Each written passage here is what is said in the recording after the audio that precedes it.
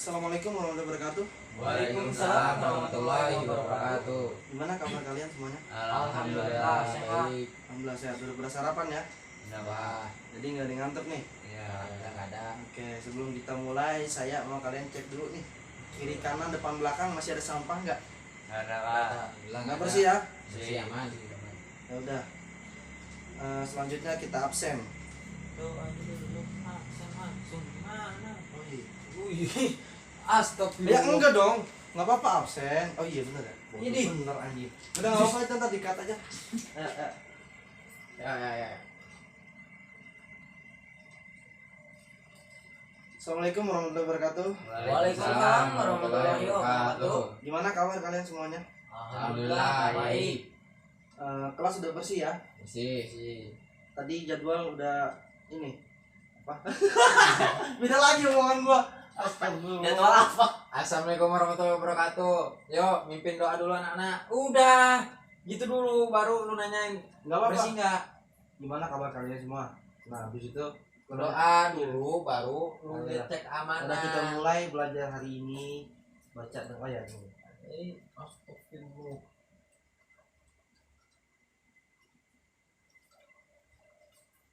Assalamualaikum warahmatullahi wabarakatuh. Waalaikumsalam warahmatullahi wabarakatuh. Gimana kabar kalian semuanya? Alhamdulillah baik. Ya udah kalau baik kita mulai belajar hari ini dengan pembacaan basmalah bareng-bareng. Bismillahirrahmanirrahim. Sebelum itu coba dong cek kiri kanan depan belakang kira-kira masih ada sampah nggak? Ada Ada, udah bersih ya? Ya, Udah, selanjutnya absen ya. Yang pertama Alvin, Hadir Pak.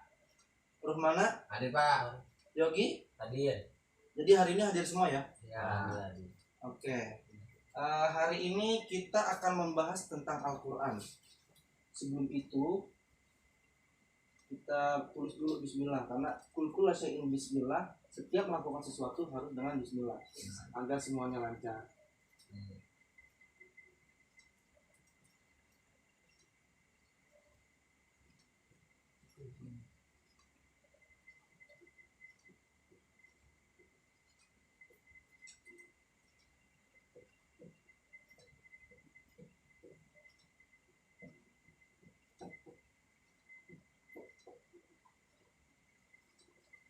Bismillahirrahmanirrahim. Saya bikin peta konsepnya dulu ya. Al-Quran.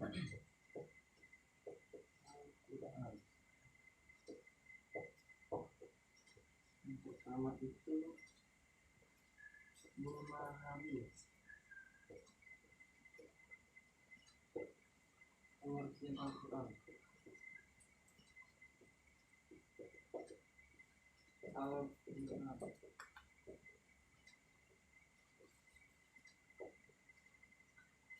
Kemudian yang kedua, nama-nama Al-Quran.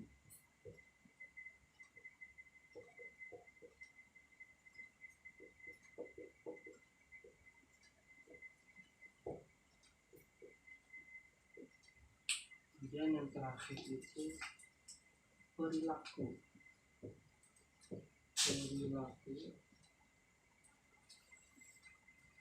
orang yang berpegang teguh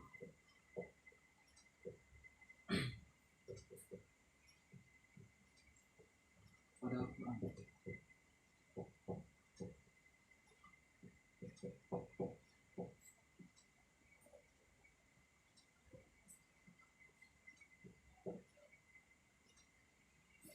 Yang pertama, memahami pengertian Al-Quran. Coba saya mau tahu nih dari Alvin, apa itu Al-Quran? Menurut kamu aja gimana? Gimana? Pengertian Al-Quran. Al-Quran itu apa? Kitab untuk ini lah. Coba beres. Lupa lagi. Udah, Kitab kalau suci. Kitab suci yang Kitab Baca. suci yang dibaca kalau dibaca dapat pahala Pak. dapat pahala. Ya dapat pahala Pak. Jadi lanjut aja. Ya udah. ulang lagi. Coba nih, saya mau tahu Al-Quran menurut kalian masing-masing. Nah, coba dari Alvin. Kitab Al-Quran yang dibaca mendapat pahala.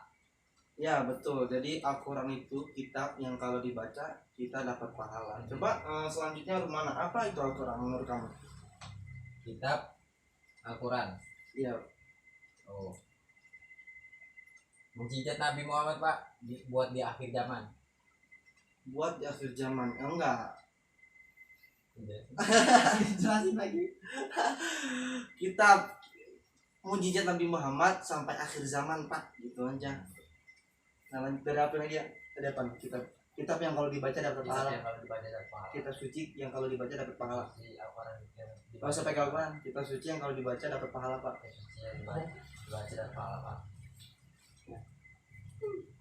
Yang pertama itu memahami pengertian Al-Quran. Coba nih saya mau kalian menjelaskan apa itu Al-Quran menurut kalian masing-masing. Yang pertama coba dari Alvin. Apa itu Kitab Al-Quran? suci yang dibaca mendapat pahala, Pak. Ya, jadi Quran itu kitab suci yang kalau kita baca dapat pahala. Oke, selanjutnya Rumana. Pengertian Quran ya Pak ya? Iya, menurut kamu aja gimana? Mukjizat Nabi Muhammad Pak sampai akhir zaman. Ya, betul. Jadi, ya betul kata Rumana tuh. Coba selanjutnya. Kitab bahasa Arab semua. Emang iya. Emang iya. Kitab berbahasa Arab semua. Bahasa Arab semua. Kitab yang berisi bahasa Arab gitu aja. Yang berisi. Kitab yang berisi bahasa Arab. Dari potongannya nanti Bil. Hah? Potong.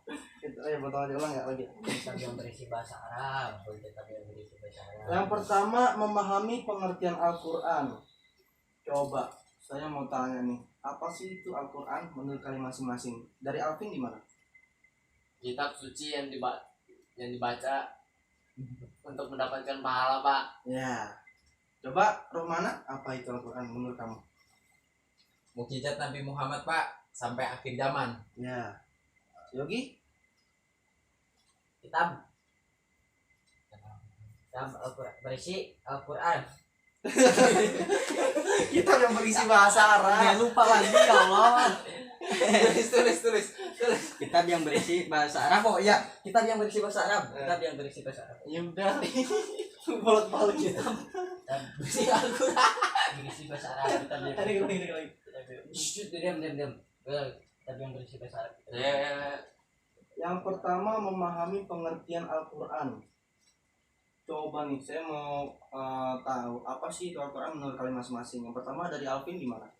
Kitab suci yang dibacakan untuk mendapatkan pahala, Pak. Ya. Kalau Rumana gimana Rumana? Mukjizat Nabi Muhammad Pak sampai akhir zaman. Ya. Yogi? Kitab berisi bahasa Arab. Yang bener Gi, yang bener Gi. Iya, Kitab Yang yang berisi. Jangan ketawa. Kita yang berisi bahasa Arab. Kita berisi bahasa Arab. Kitab yang berisi. Diam, udah. Kitab yang berisi bahasa Arab. Kita berisi bahasa Arab. Kitab yang berisi Kitab yang berisi aja. Kitab yang berisi bahasa Arab. Oke, lanjut. Yang pertama itu memahami pengertian Al-Quran.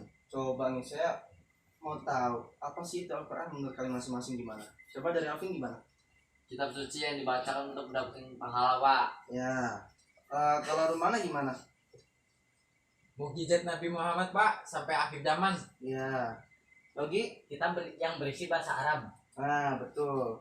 Kurang lebihnya seperti itu. Cuman lebih luasnya saya akan menjelaskan secara bahasa. Ini ada beberapa menurut para ulama. Jadi yang pertama itu menurut Al-Lihyani. Nah, kata Quran itu adalah bentuk masdar dari kata kerja, yaitu fi'il. Fi'il madinya qara'a, membaca, yang artinya membaca. Dengan perubahan bentuk kata tasrif, qara'a yaqra'u Qur'anan, dari tasrif tersebut kata Qur'anan artinya bacaan yang bermakna isim maf'ul, makru'un, artinya yang dibaca. Karena Al-Quran itu dibaca, maka dinamailah Al-Quran.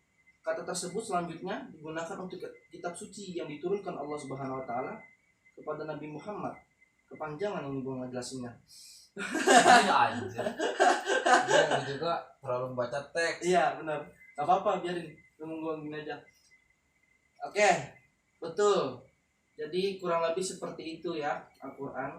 Cuman di sini saya menjelaskan Al-Quran yang pertama itu secara bahasa dari beberapa ulama. Yang pertama itu menurut Al-Lihyani, kata Quran adalah bentuk masdar dari kata kerja fi'il. Yang pertama fi'il madinya itu qara'a. Fi'il mudhari'nya qara'u, fi'il amrnya Qur'anan. Jadi qara'a itu artinya membaca. Dari tafsir tersebut, kata Qur'anan artinya bacaan yang bermakna isim maf'ul, makru'un. Artinya yang dibaca. Karena Al-Quran itu dibaca, maka dinamakan Al-Quran. Selanjutnya, menurut Al-Asy'ari, kata Quran berasal dari lafaz corona. Nah, bukan corona COVID-19 nih, tapi corona yang berarti menggabungkan sesuatu dengan yang lain. Kemudian kata tersebut dijadikan sebagai nama kalamullah yang diturunkan kepada nabinya. Siapa nabinya? Nabi Muhammad SAW. Selanjutnya Al-Quran secara bahasa itu menurut Al-Farra.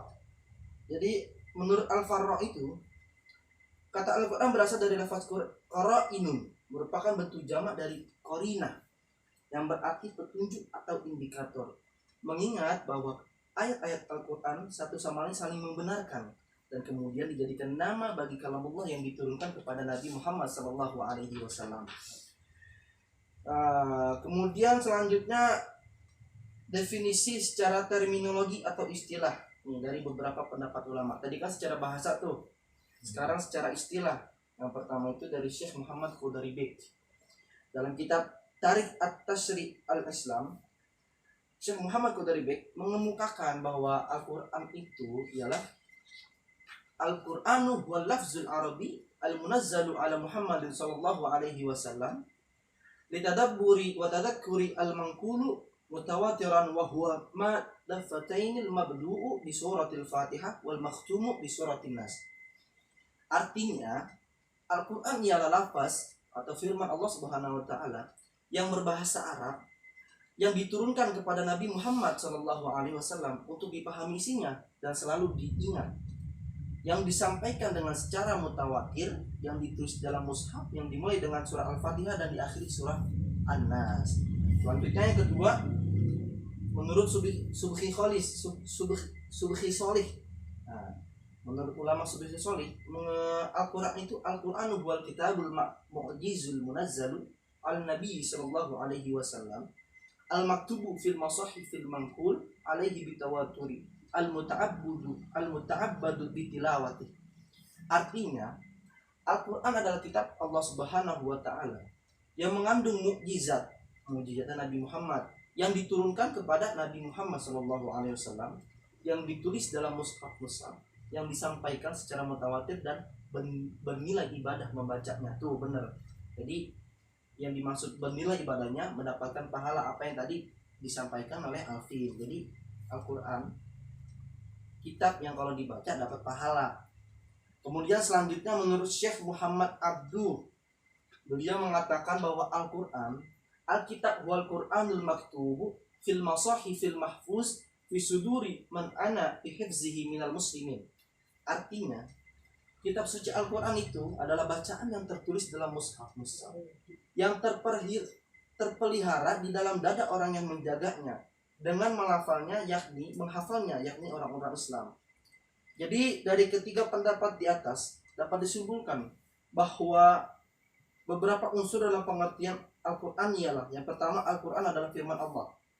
Kemudian yang kedua, Al-Quran terdiri dari lafal bahasa Arab yang dijelaskan tadi sama Yogi. Jadi Al-Quran terdiri daripada lafal berbahasa Arab.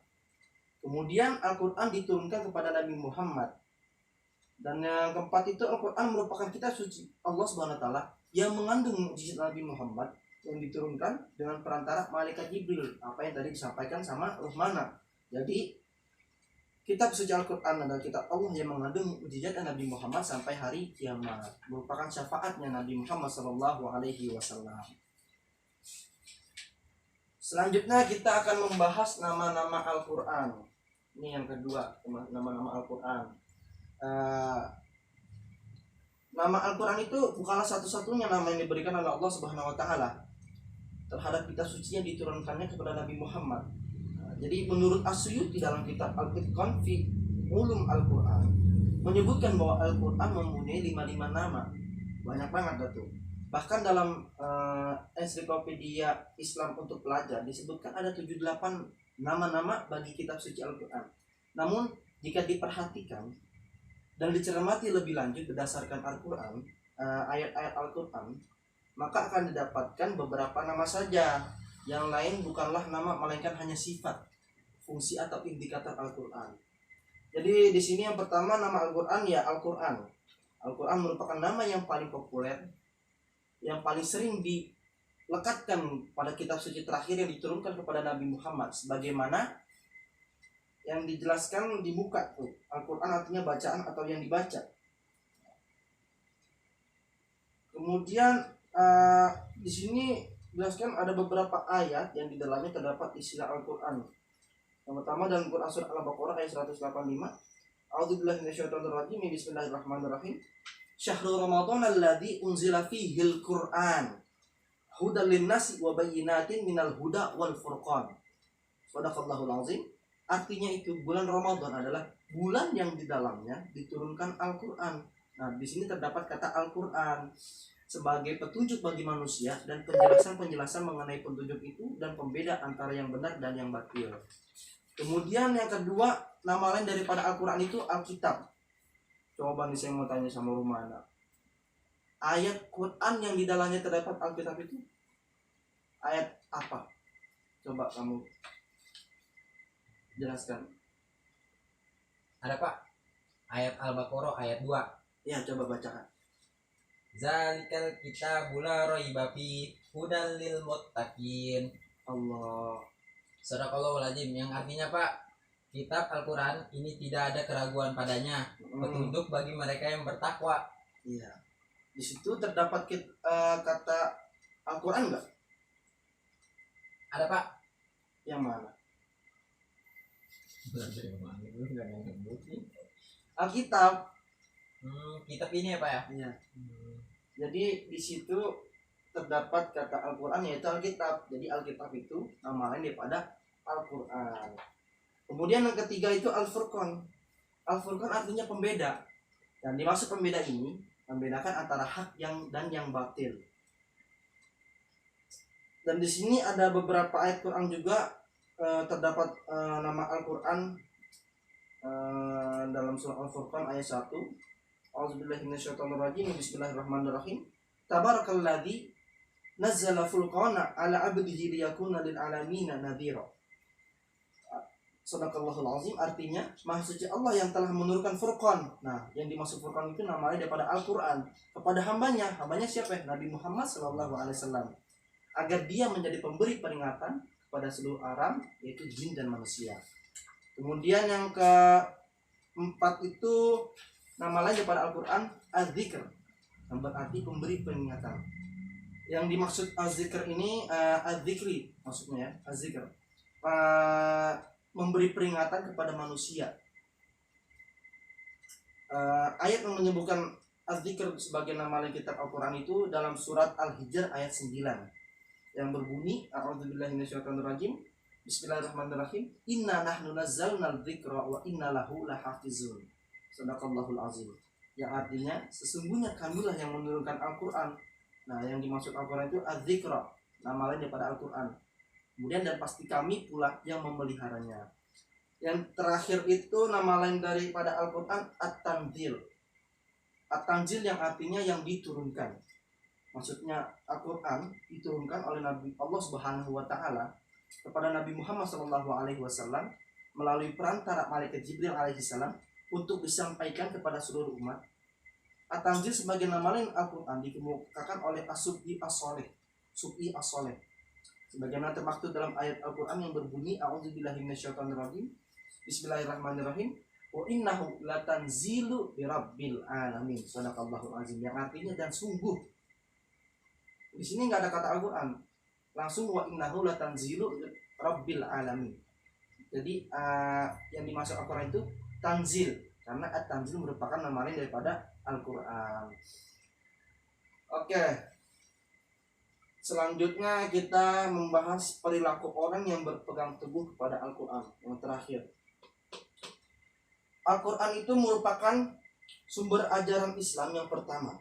Setiap muslim berkewajiban untuk berpegang teguh kepada hukum-hukum yang terdapat di dalamnya agar menjadi manusia taat kepada Allah Subhanahu wa taala dan menjauhi larangannya.